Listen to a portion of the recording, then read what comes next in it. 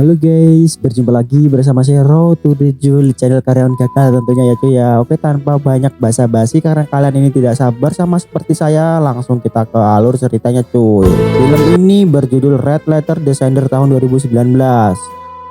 Film ini diawali dengan memperlihatkan seorang pria yang sedang berlari ke rumah tangganya untuk mengambil surat merah yang ada di setiap rumah tetangganya. Saat sampai di rumah salah satu tetangganya, ini malah dibunuh oleh tetangga tersebut.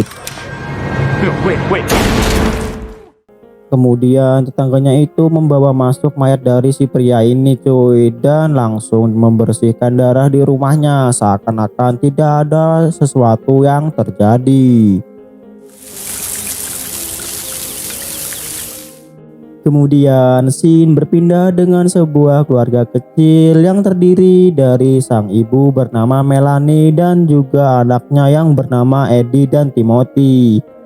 Melanie baru saja bercerai dari suaminya karena suaminya ini ketahuan berselingkuh cuy. Ya gitulah. Setelah penceraian, Melanie mengajak kedua anaknya untuk pindah ke tempat baru. Melanie berharap ia dan kedua anaknya bisa memulai hidup yang baru cuy. Kemudian Melanie memutuskan untuk pindah ke sebuah perumahan yang bernama Aspen Ridge. Perumahan ini terletak di daerah terpencil yang agak jauh dari kota cuy. Melanie mengaku bahwa lingkungan di rumahnya itu sangat nyaman dan dia sangat senang pindah ke sana. Di pagi hari, Melanie pun berbicara dengan Timothy di ruang tamu dengan Maddie sedang asik berpacaran. Di kamarnya, Maddie memiliki seorang pacar bernama Luther yang juga tinggal di perumahan itu. Luther merupakan seorang pria yang 4 tahun lebih tua dari Maddie. Meskipun begitu, Melanie tetap mengizinkan Maddie berpacaran dengannya. Setelah Luther pergi, Melanie dan Maddie pun turun ke ruangan tamu dan mulai bermain game bersama Melanie. Selama mereka berdua bermain game, Timothy pergi ke depan rumah dan mengambil surat di kotak surat, dan di sana dia menemukan 3 surat merah yang dikirimkan oleh seseorang yang tidak dikenal. Selain itu, dia juga melihat seorang pria yang sedang berlari. Pria yang dilihat Timothy ini merupakan pria yang kita lihat di awal cerita. Ternyata pria itu dan keluarga Melanie berada di satu perumahan yang sama.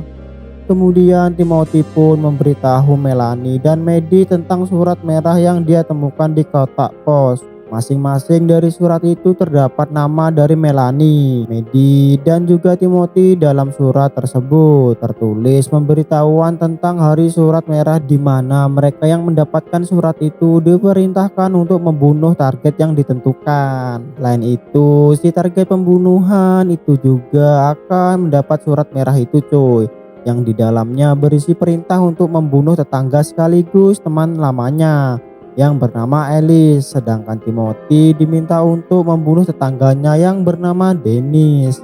Maddie yang baru saja mendapat surat itu langsung merobeknya karena dia merasa takut dengan surat tersebut. Bahkan dia belum sempat melihat siapa target yang harus ia bunuh. Setelah menerima surat itu, Melanie dan Timothy menganggap bahwa surat merah itu hanyalah sebuah lelucon semata. Lalu Melanie menelpon polisi untuk melaporkan data surat merah itu, akan tetapi polisi tidak percaya cuy dengan perkataan dari Melanie. Karena Timothy merasa cemas, Melanie pun mengajaknya untuk mengawasi Dennis dengan menggunakan teleskop. Mereka berdua melihat jika Dennis sedang pergi dari rumahnya. Melanie dan Timothy pun berpikir bahwa Dennis tidak akan di rumah sampai malam hari. Kemudian mereka berdua sedikit mengintip rumah tetangga yang mereka ternyata menerima surat merah juga.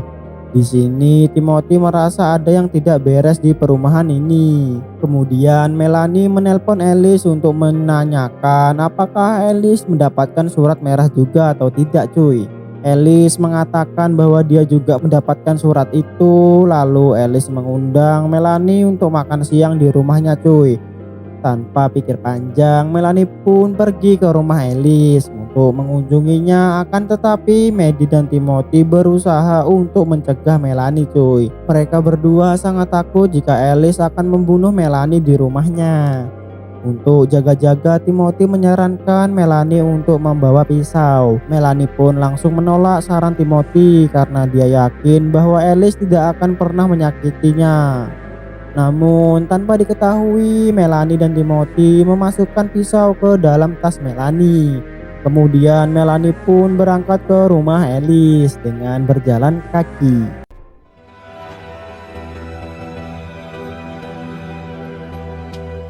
Dalam perjalanan, suasana perumahan itu mendadak jadi sepi. Seluruh warga pun perumahan terlihat mengunci diri mereka di dalam rumah. Kemudian Melanie pun sampai di rumah Alice cuy. Dan di sana Melanie dan Alice mulai berbincang-bincang tentang surat merah yang mereka terima. Melanie dan Alice pun sepakat untuk mengabaikan surat warna merah tersebut. Ketika sedang asik berbincang-bincang, suami Alice bernama Louis menemukan pisau di dalam tas Melanie. Large knife into my home and to notice the gigantic carving knife. Louis berpikiran jika Melanie berniat untuk membunuh Alice. Melanie pun mencoba menjelaskan pada Louis dan Alice bahwa dia tidak pernah berpikiran untuk melukai Alice. Melanie pun memberitahu mereka bahwa Timothy lah yang memasukkan pisau tersebut ke dalam tasnya cuy. Meskipun Melanie telah berusaha menjelaskan, Louis dan Alice sudah tak mau percaya dengan perkataan dari Melanie cuy. Sementara itu di rumah Maddie dan Timothy sedang bersantai di ruang tamu sambil bermain sosial media cuy. Kemudian Timothy menemukan sebuah video aneh. Dalam video itu terlihat seorang pria yang menggunakan topeng putih. Pria itu menyebut dirinya sebagai anggota dari organisasi Dianon. Ternyata surat merah itu dikirimkan oleh organisasi Dianon. Mereka pun memiliki misi untuk membangkitkan hukum alam di mana siapapun yang kuat dialah yang akan bertahan hidup. Dengan menyebarkan surat itu, mereka ingin orang-orang sering membunuh tetangganya mereka masing-masing. Bagi warga yang telah lama tinggal di perumahan itu, hari surat merah sudah merupakan hal yang biasa terjadi sekali dalam setahun cuy.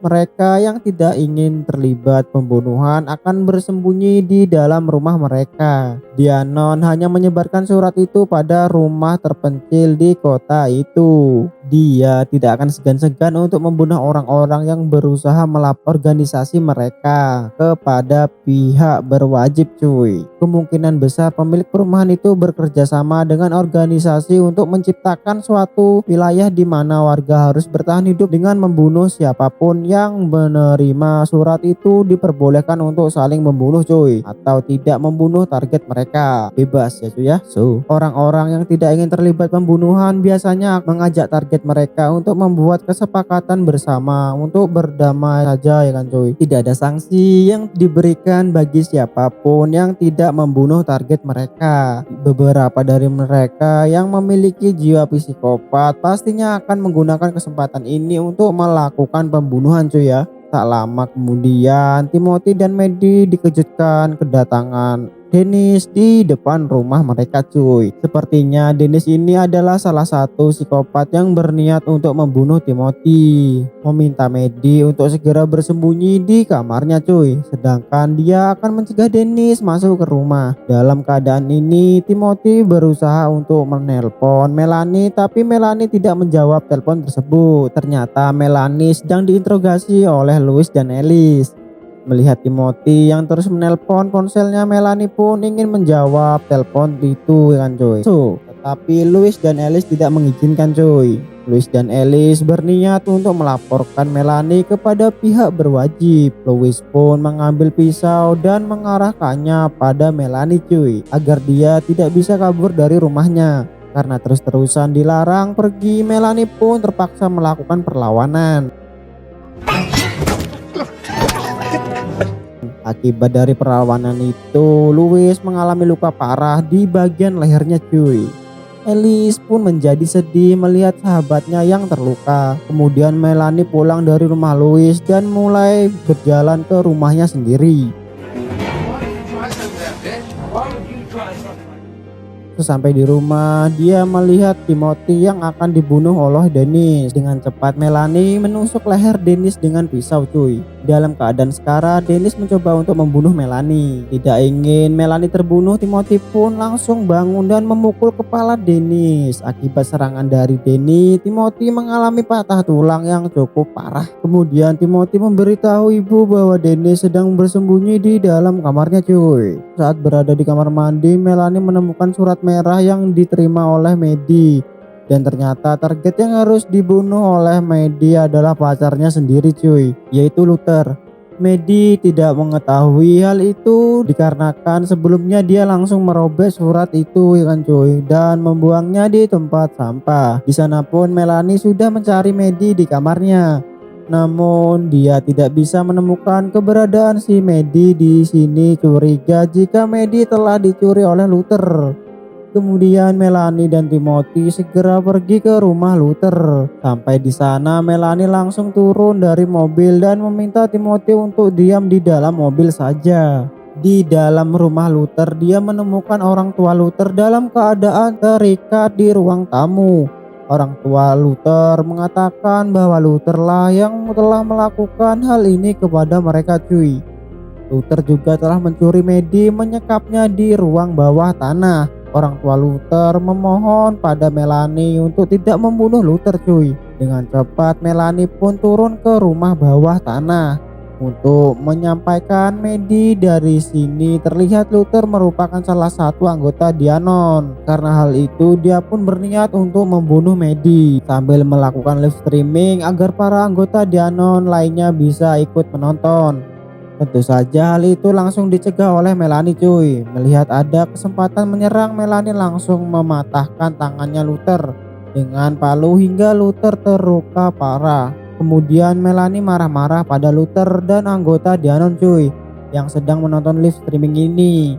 Dia tidak habis pikir bagaimana bisa organisasi ini memaksa orang-orang baik untuk saling membunuh. Setelah puas meluapkan amarahnya, Melanie menembak komputer Luther agar live streaming itu berhenti. Setelah itu dia langsung membebaskan Maddie dan mengajaknya keluar dari rumah Luther. Meskipun Luther telah berbuat jahat kepada anaknya, Melanie tidak berusaha untuk membunuhnya dan kedua anaknya pun berkumpul kembali setelah melalui hari yang melelahkan itu. Melanie, Timothy dan Maddie memutuskan untuk pindah dari perumahan yang aneh tersebut cuy, dan cerita pun selesai.